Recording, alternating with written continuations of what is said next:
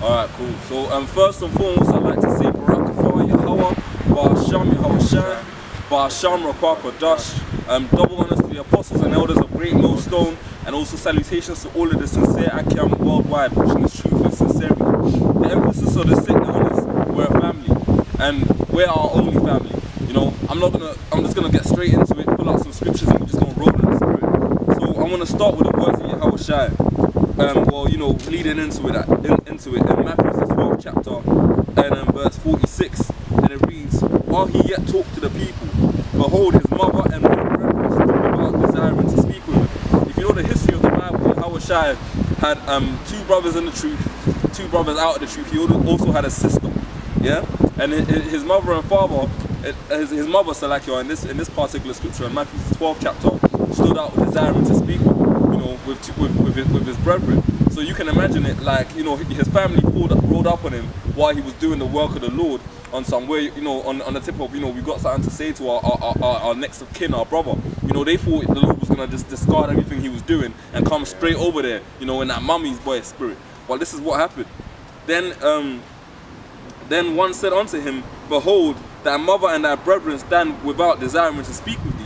Now, you know, it could have happened where maybe, you know, his mother might have sent someone, said, you know, go call my son for me, or, you know, whatever, or one of his brothers, you know. But, you know, obviously it doesn't say exactly how it happened, but someone came onto Yahweh Shai saying, yo, you know, might have stopped him in the middle of speaking and said, you know, over there, your mother, your brethren, you know, desiring to speak. But he answered and said unto them that told him, "Who is my mother and who are my brethren?" So he literally answered the man with a question. He said, "But who is my mother and who are my brethren?" And he stretched forth his hand towards his disciples and said, "Behold, my mother and my brethren. For whosoever shall do the will of my Father which is in heaven, the same is my brother and sister and mother." The emphasis of this sit down is that really and truly you got to forsake your family for the truth of Yahweh Hashem Yahweh Shai. Now, by worldly definition, they will call that a cult. The word cult just means worship. You see, people get lost in words that they don't understand. People get lost in trying to take the simplicity of the truth for really more than what it is, but that's because you've been blinded pursuant to Isaiah the 60th chapter. Now, Yahweh Hashem Yahweh Shai Ratzal, we be members of the elect. We're closer as brothers than I am to my father and that, because Lord willing we have the elect. We're the first fruits anyway, the first spirits that were created. You know, you got something you want to come with? But hey, brothers, right? You come to find out, and this truth, man, is hey, the people you thought that were cool with you, but they ain't cool. They ain't down with you, man. Right? Which is why you know I said your family. I had a cousin. Me and him, he used to bring me all the time, man. Then he saw me at the camp and never ran me. Oh yeah, yeah. You know, he ran me the next day to see if I speak about it. But he didn't bring it up. I didn't bring it up, man. Right? I already told him what I do on this Saturday.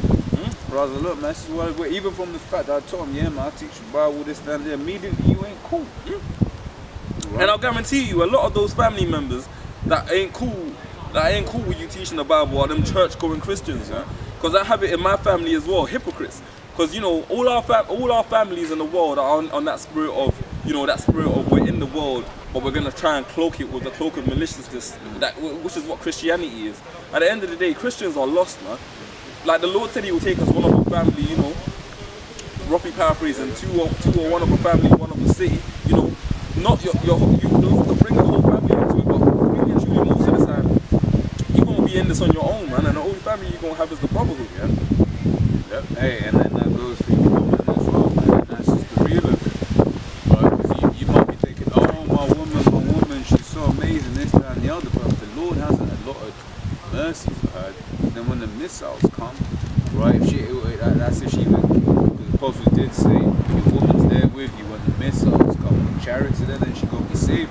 That's right. Right? But she might do like in, what was that film? Pursuit of Happiness. Not Pursuit of Happiness, that's an example. Yeah, man. Then you had the Road as well. When Charlize Theron's character, man, she just said, fuck this, man, I'm going out into the woods, man. Huh? Right? This is Matthew 19:27, says, then answered Peter and said unto him, behold, we are forsaken all and follow thee. What shall we have therefore? That's right, man. Because you got to understand, like the disciples were doing lucrative jobs, fishermen, you know, in ancient times, being a fisherman was a very lucrative job. That was before the age of technology. You didn't have these massive ships that go out there, drop these massive nets into the ocean, catch hundreds of thousands of fish. Men were men of, you know, they were men of trade. You had carpenters, you even had tax collectors amongst the disciples, man. Men that were, you know, making a decent earning, you know, in ancient Rome at that point in time. But they forsook everything. If you read the account of Peter, Simon Peter, and the other disciple that he was with, when the Lord rode up on him, the Lord said, "Come with me and I shall make you fishers of men." And immediately they dropped their nets. It wasn't no, give us 1 week, Lord, so we can make some extra savings. It was, yeah, fuck this. Yeah. This is the Messiah. Thing of faith.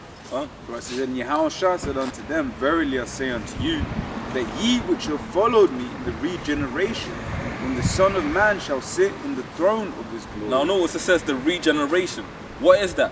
Reincarnation, man. You know, he that have an ear to hear, let him hear. It's very plain and it's in the scriptures. But you read that to a Christian and they bugging out, man.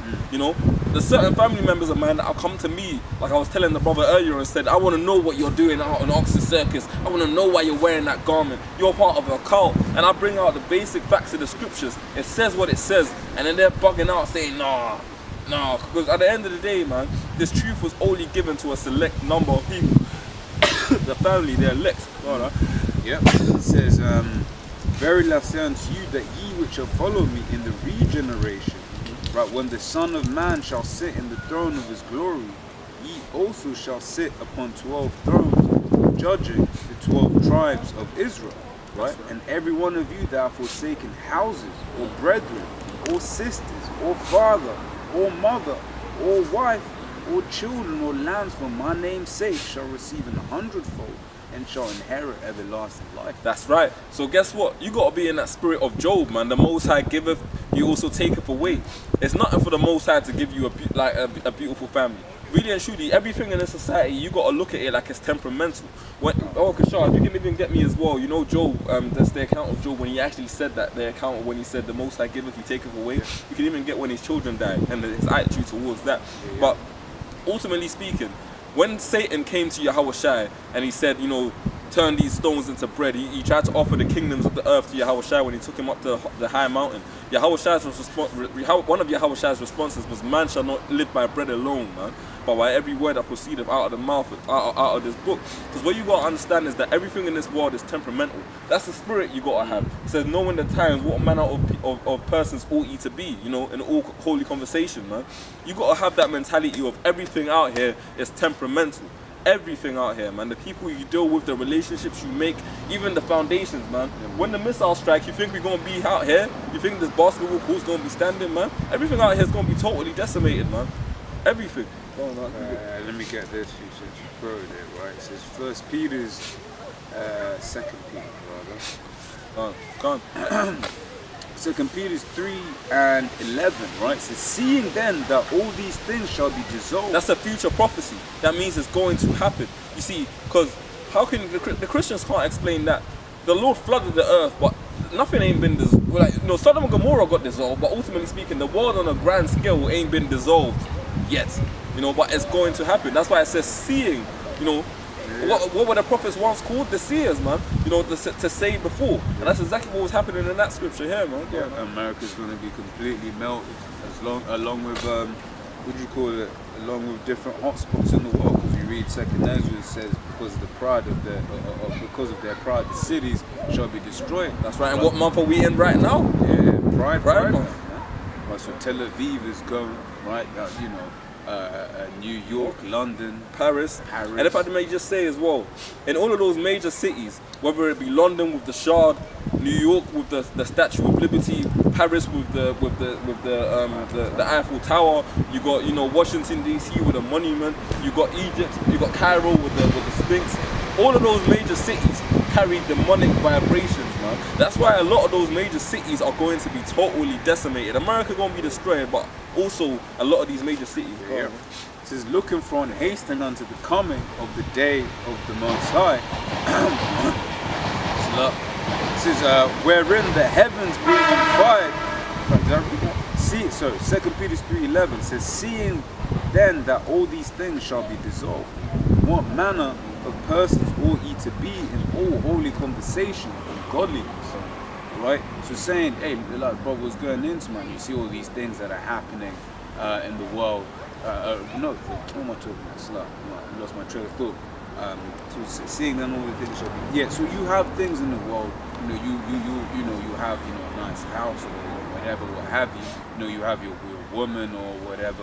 Right? But the understanding is this, that hey, these things are temporal, man. Right? And the Lord can destroy these things at a moment's notice. So what spirit are you supposed to have considering that? Right? And that's basically what it's going to. What mindset are you supposed to be in? Right? You said you wanted the one in Job? Can't, if you can get that. Right, this is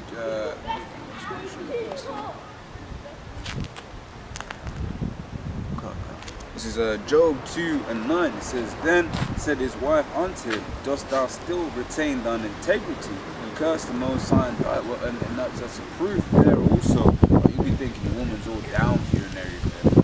Right, but you won't really know one up until that time you live with this. Because Job wants to go ahead and like that. And then she comes out and says something like that. Right, it says, But he said unto her, Thou speakest as one of the foolish women speak. What does the word feminine mean, man? Minus faith. And that's one thing you'll notice. Women are carnal creatures, man. Women in my own family, you notice it, they're carnal. They don't have faith, man. They don't have no fucking faith. That's why at the end of the day, man, you can't be under your woman. Like the brother was saying, you might have the most beautiful wife in Babylon, because she ain't gonna hold a candle next to the ancient Israelite woman. Or you might have the most beautiful wife in Babylon, but guess what, man? The Lord will take that shit away from you, man. It will be a test of your faith, whether you're gonna crumble or you're gonna follow the Lord, man. You might have children that you've been all up into. You might have a newborn in the truth, you know. Brothers are going through it. You might have a newborn in the truth, and you gotta have the mentality of, yeah, you know, I love my child, but at the end of the day, my love for your heart.